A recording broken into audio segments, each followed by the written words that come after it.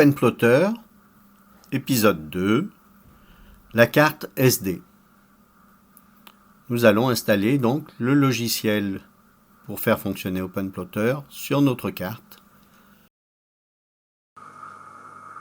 Donc voici ma petite carte SD. C'est une 64 Go. Je l'ai pris assez importante parce qu'en fait après je remettrai énormément de cartes dessus. Pour être lu par le micro, je vais utiliser un petit connecteur multicarte. C'est très pratique, autrement on a des adaptateurs souvent quand on achète les cartes SD. Donc je vais l'insérer et puis aller sur le micro. Bien, comment obtenir OpenPlotter? Eh bien voilà, nous avons notre navigateur web et on va taper donc la recherche OpenPlotter. Voilà, OpenMarine, OpenPlotter. Nous l'avons là. Je ne vais pas traduire. Et ici, nous avons donc Raspberry OS Image dans Download. Voilà. Ici, on choisit donc OpenPlotter, celui qu'on désire. Je vais prendre le plus simple.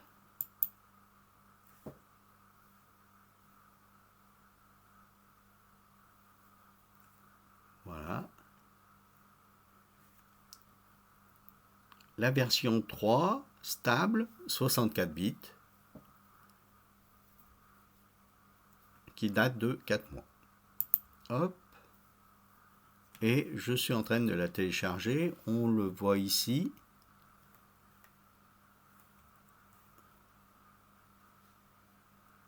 Temps restant 1 minute 27.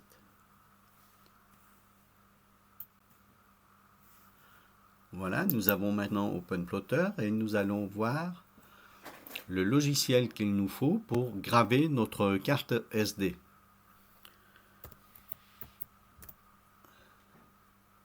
Raspberry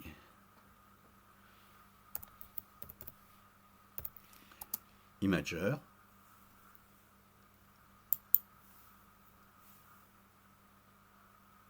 Voilà.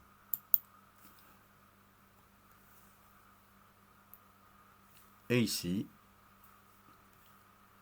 on va obtenir donc ce logiciel tout de suite, donc pour Windows dans mon cas.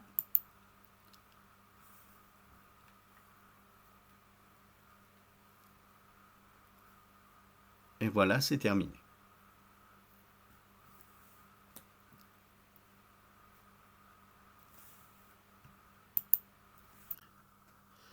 Voilà, je viens de lancer donc le logiciel Raspberry Pi Imager qui va me permettre donc de graver ma carte SD que j'ai branchée grâce à un câble USB et le petit boîtier que vous avez vu. Je vais donc choisir l'OS. Alors l'OS, ça va être une image personnalisée. Voilà. On voit tout un tas de OpenPlotter par exemple. Donc je choisis la version 3 stable, 64 bits. Voilà, OK, Open.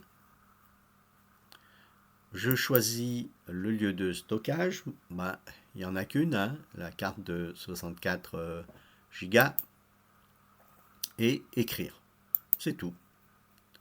Toutes les données vont être effacées. Bon, j'ai déjà OpenPlotter dessus qui va être effacé et réécrit.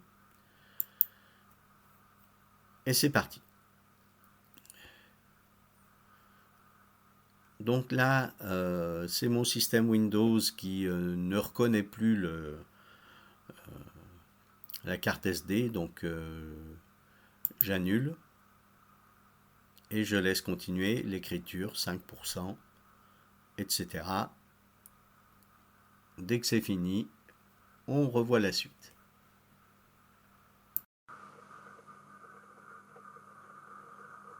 Donc là, vous voyez 44% de l'écriture.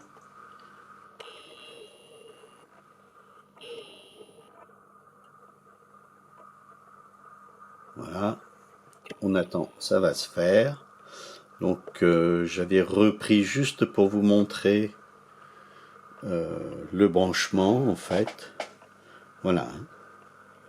Donc la petite carte SD est là.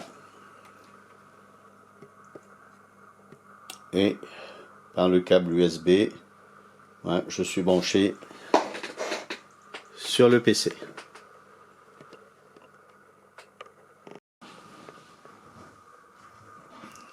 Et bien voilà, la gravure de la carte SD est finie.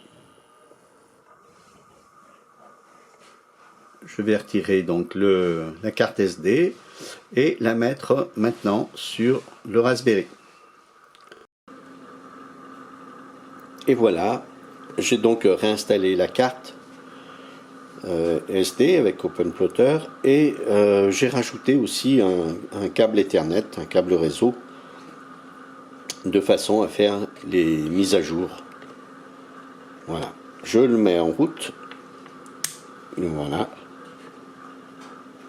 on va voir ça sur l'écran tout de suite.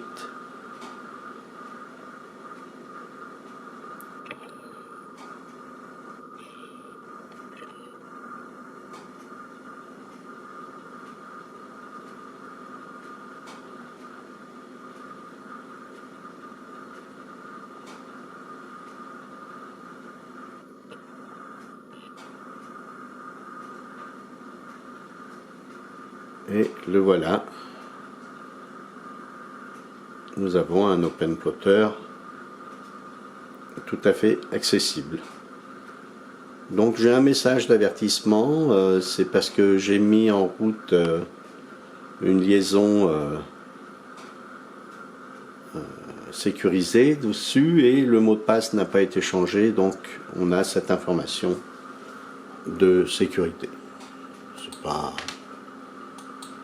C'est pas grave du tout. Alors si j'ai branché le câble réseau, c'est pour pouvoir faire toutes les mises à jour nécessaires. Donc bien pour ça, on va aller sur la petite framboise, OpenPlotter.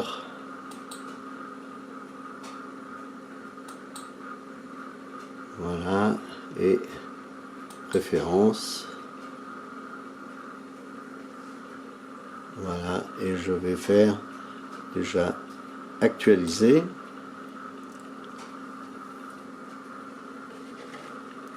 Voilà, on voit par exemple que le tableau de bord n'est pas à jour. Ici, il y a une nouvelle version, donc je vais l'installer.